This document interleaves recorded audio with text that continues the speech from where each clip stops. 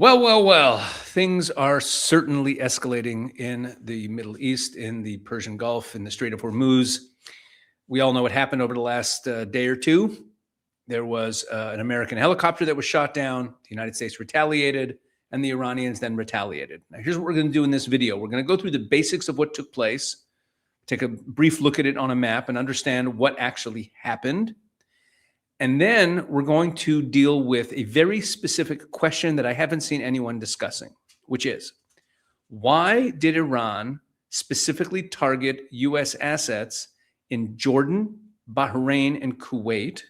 The United States has very significant assets in the UAE and in Saudi Arabia, which are also right there. They were also being attacked by the Iranians throughout the course of this war, even more so than the countries that were just attacked, these three countries. Why did Iran not fire at the U.S. assets in the UAE and in Saudi Arabia? Why did they only choose those three countries? That is the question I want to deal with in this video. So stick around. We're going to get to that question. And let's start with the headlines. Let's start with exactly what took place so we understand what we are talking about. So here we go. U.S. strikes Iran after Trump vows retaliation for downing of U.S. helicopter over Hormuz. The U.S. military carried out strikes in Iran early Wednesday following the downing of an Apache helicopter that U.S. President Donald Trump accused Iran of shooting down and vowed retaliation for, casting doubt on Trump's previous claims that Washington and Tehran were on the verge of reaching an agreement to permanently end the fighting. U.S. Central Command described the self-defense strikes against Iran as a proportional response to unjustified Iranian aggression.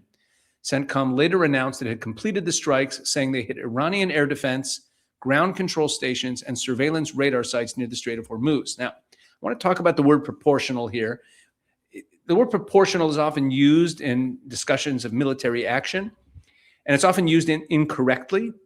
According to international law, there's a whole section in the Geneva Conventions about proportionality in warfare, and the definition of proportionality legally is that what you are doing is proportional to the specific military objective of the action. It's not about a tit for tat being equal, like you punched me once, I punched you once, you killed 5 of our people, we killed 5 of yours, you caused $1 billion of damage, we're going to cause $1 billion of damage.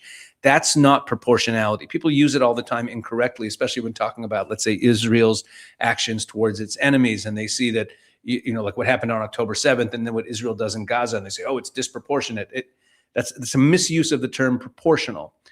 So I'm not sure how they meant the word proportional here. It might just be for PR purposes as a way of minimizing what they're doing, saying the ceasefire is not really over. We're not going back to all-out war. We're just doing something limited in the same way you took down an Apache. So we're going to take down something limited. That would be not a technical use of proportional, or they could mean it very specifically, technically, that you made use of your air defenses and ground control stations and surveillance radar sites near the Strait of Hormuz in all of the nefarious activity that you're doing there. So our proportional response to the downing of the Apache is to take out those installations.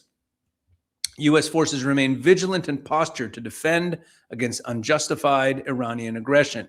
In response, the IRGC said it attacked the U.S. Fifth Fleet in Bahrain with drones, warning of a more severe response if what it describes as U.S. aggression continues. It later announced additional attacks on U.S. bases in Kuwait and Jordan. That's the 3 countries we talked about. We'll have to understand why those 3 specifically, with the latter targeting F-35 fighter jet hangars and a command and control center.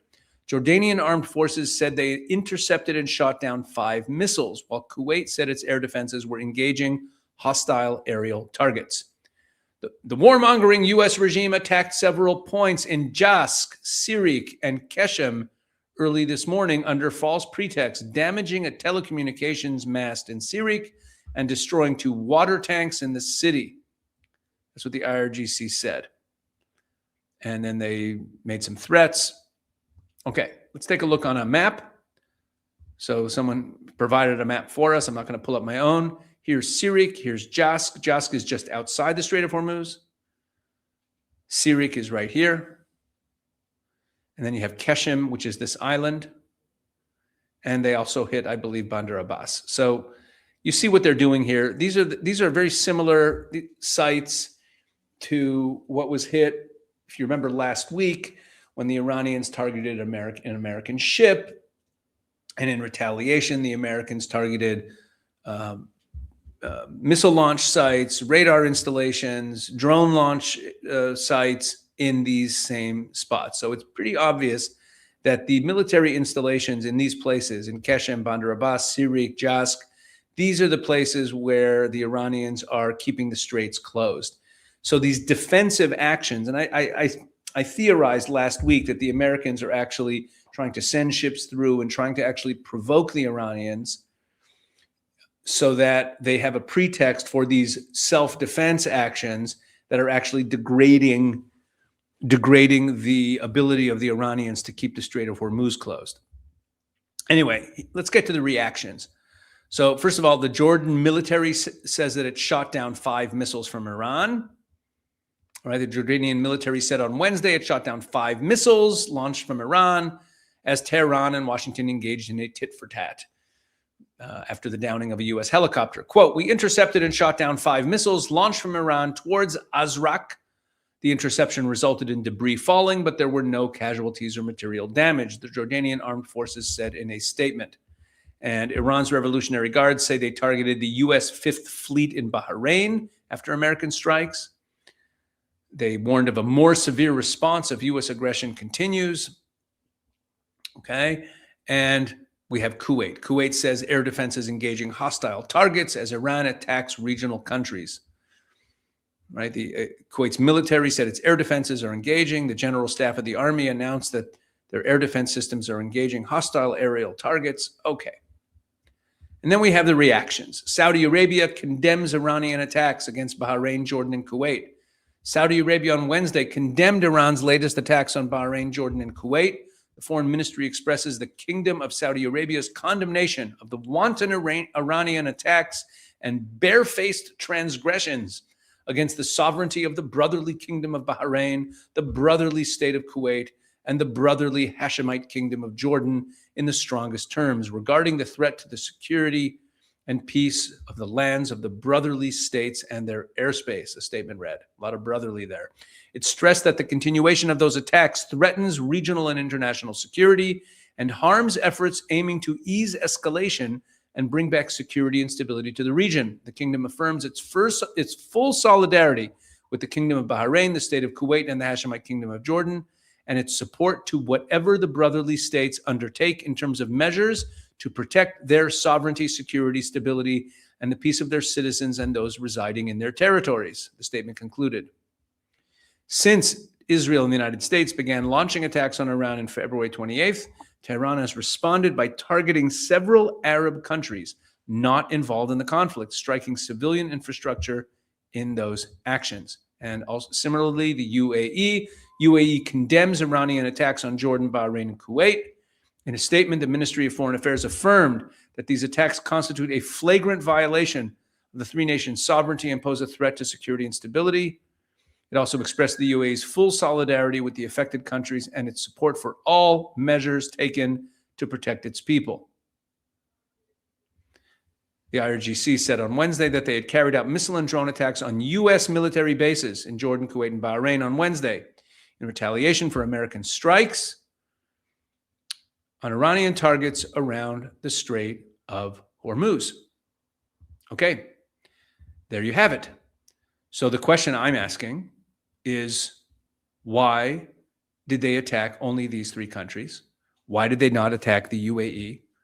Why did they not attack Saudi Arabia? Let's remember that between February 28th, the beginning of the war, and April 8th, when the ceasefire went into effect, the UAE was attacked more times by Iran. They had more missiles and drones shot at them by Iran than any other country, including Israel. Way more, like double. Why now? And they have a huge U.S. base there, by the way. They have a very strategic U.S. air base in the UAE. Why wasn't that attacked? Why are we only attacking the U.S. air base in Jordan and the U.S. base in Kuwait and the U.S. base in Bahrain? Why not the UAE? Why not Saudi Arabia, where there's multiple U.S. bases? That's the question I want to answer now. So I believe that this is very carefully calculated, and we're going to unpack it. Let's start with Saudi Arabia. Saudi Arabia has been walking a very delicate line throughout this conflict. They've had diplomatic channels that have remained open with Iran more than the UAE. We'll get to the UAE later. We have to remember that Iran and Saudi Arabia were actually on better terms before this war than they had been on in a long time. That started in 2023. The Chinese brokered a normalization agreement between Saudi Arabia and Iran. The relationship is fragile, but it still exists. And what's more important, more in the more immediate, the Saudis have been messaging to the Iranians that they're looking for a negotiated settlement. They're not looking to bring down the regime. We're not your enemy. We didn't let the Americans use our airspace to bomb you. Saudi Arabia has actually been playing, a game here where they're trying to show the Iranians that they're not as hostile to them as everyone else. Okay. More than that, if Iran bombs Saudi Arabia, then it really pushes Saudi Arabia fully into the American camp. There's also the oil factor. Saudi Arabia is the world's dominant oil producer and the backbone of OPEC. A strike on Saudi oil infrastructure or Saudi-hosted U.S. bases would send a much greater shockwave through global energy markets. Jordan doesn't produce oil. Bahrain produces a very small amount compared to these other countries, compared to Saudi Arabia or the UAE. Very, very small amount. And maybe the Iranians might be thinking that they don't want to blow up oil prices with this. That's not what they were trying to do. Because if they blow up oil prices, look, Trump's trying to keep oil prices down. That's a big reason for everything Trump is doing, saying there's always a deal. Oh, we're almost up to a deal. Don't worry, it'll be over soon. We'll get the straits open really quickly. Not going back to kinetic action. Trump is trying to keep oil prices down. If the Iranians blow up oil prices and cause them to spike, then Trump is basically like, what's the point of having a ceasefire if oil prices are through the roof? So an attack on Saudi Arabia would have a much greater impact on oil prices. That might even be the biggest reason, because I'm coming up with a few different options here, but that might be the biggest reason here. The entire international community would freak out over that in a way that they're not freaking out over these attacks. Right? They can't afford that type of squeeze. Now, the UAE is different, and it's a more interesting story. On paper, the Al Dhafra Air Base, which is a U.S. air base outside of Abu Dhabi, is on paper, it's as strategically significant as anything Iran hit, as anything that you have in Kuwait or Jordan. Right? It has 5,000 U.S. troops. It has F-35s. It has massive intelligence and surveillance operations there. Now, Iran already hit Al Dhafra early in the war. They destroyed an advanced radar system there that was worth hundreds of millions of dollars. So it's not like they're sparing the UAE or that they don't know what's there, right? The reason Iran's being very careful about the UAE, I believe, is that the UAE is not just a host country for American forces. I mean, Kuwait is. That's pretty much all Kuwait is. The UAE, we'll get to that more in a bit, but the UAE is an independent military power in its own right in a way that Bahrain and Kuwait are not. Think about what the UAE has already absorbed in this war. They have hundreds of ballistic missiles, like 1,500 drones, like a crazy amount. And they've intercepted the overwhelming majority of them with their own 6-layer defense system. They've lost a small handful of people. A senior UAE official said publicly that Iran did not expect the Gulf's air defenses to perform this well. Right? They underestimated them. But here's the thing that really matters. The UAE, on this defense point, the UAE has not ruled out going on the offensive against Iran. A senior Emirati military official said in April, and I'm paraphrasing here, that the UAE military involvement, that UAE getting involved militarily, kinetically against Iran is not off the table. In other words, they have great equipment. And the UAE has been saying that we're willing to defend ourselves. We're not looking to escalate, but don't push us. So Iran's looking at the UAE and seeing a different situation than what they see when they look at Kuwait and Bahrain. You see, if they strike the UAE, it's not just about triggering Trump. They'll trigger Abu Dhabi independently, which will take its own independent action. And unlike Bahrain and Kuwait, which are basically fully U.S. protectorates, the UAE makes its own decisions. They've said this explicitly. We're a sovereign state. We make decisions independently. But there's another dimension. There's a third dimension to the UAE issue here that I think might be the most important, and that's the money. See, Dubai in the UAE, Dubai is the primary mechanism through which Iran evades Western sanctions. There's these shell companies that are registered in Dubai's free zones. I talked about this a few weeks ago about the UAE's financial system and how they've really facilitated, even though they don't like Iran, it's in their interest to remain a financial hub for the movement of money in and out of Iran. So they have this informal currency exchange. They have Iranian oil sales that are routed through UAE-linked companies. Billions of dollars flow through the Emirates to keep Iran's economy on life support. The UAE has been Iran's financial lifeline for years. And again, it's not because they're friends. It's because it's in both of their interests to keep this going. It's good for the UAE to remain that financial hub, and it's good for Iran to have a way to launder their money, for lack of a better term. So Iran's economy to call it collapsing right now is an understatement. And we see in the negotiations, the Iranian regime is just like strapped for cash, desperate for cash. They're making it like a red line. They have to have cash. Inflation's running, it was running near 70% before the war started. They're not talking about 100% month over month. They're desperate to get their frozen assets unfrozen as a condition for any negotiations, right? So the money issue is existential for them. And here's the leverage that the UAE holds. There were reports back in March that the UAE was considering freezing billions of dollars in Iranian assets held there. Right? I saw one article that described it as the most important non-military tool that the UAE has against Iran. Right now, a full freeze, shutting down the Dubai sanctions evasion system, targeting all of these companies, cutting off those currency flows, would hit Iran harder than almost any military strike.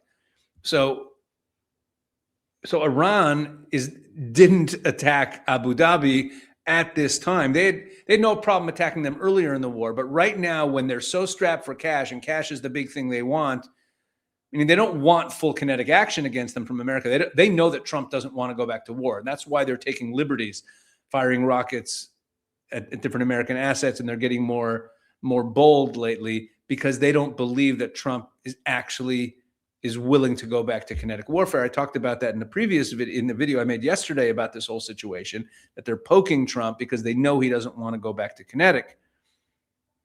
But they need cash, okay? They need cash. So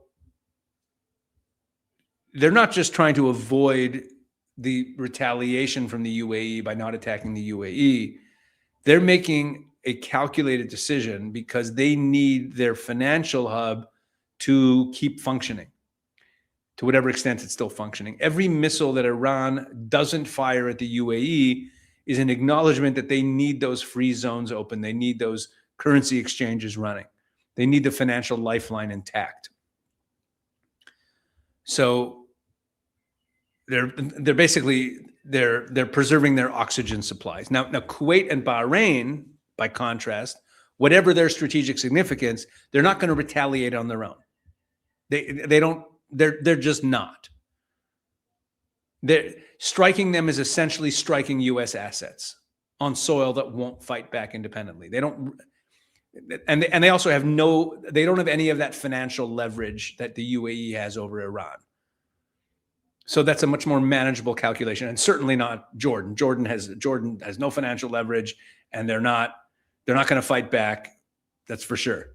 So when you put it all together, Iran's target selection in this latest skirmish was a message to Washington. Here's what we can reach. Here's what we're willing to hit, while carefully staying below the threshold of two specific countries.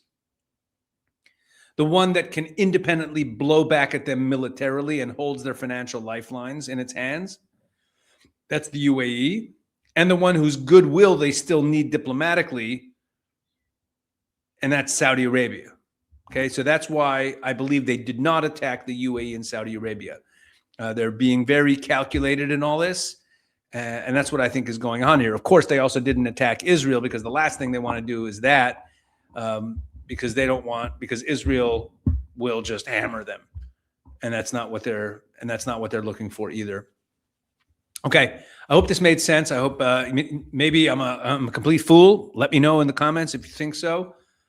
But it's important to keep our eye on all the different players and how their strategic position, their incentives, and their importance to each side of the conflict differs. All right, thanks for watching. Please share this. Please like it. Please do whatever people do when they like videos, and make sure you're subscribed to the channel. And thank you so much for helping grow the channel. It's really been it's been a great blessing. All right, God bless you.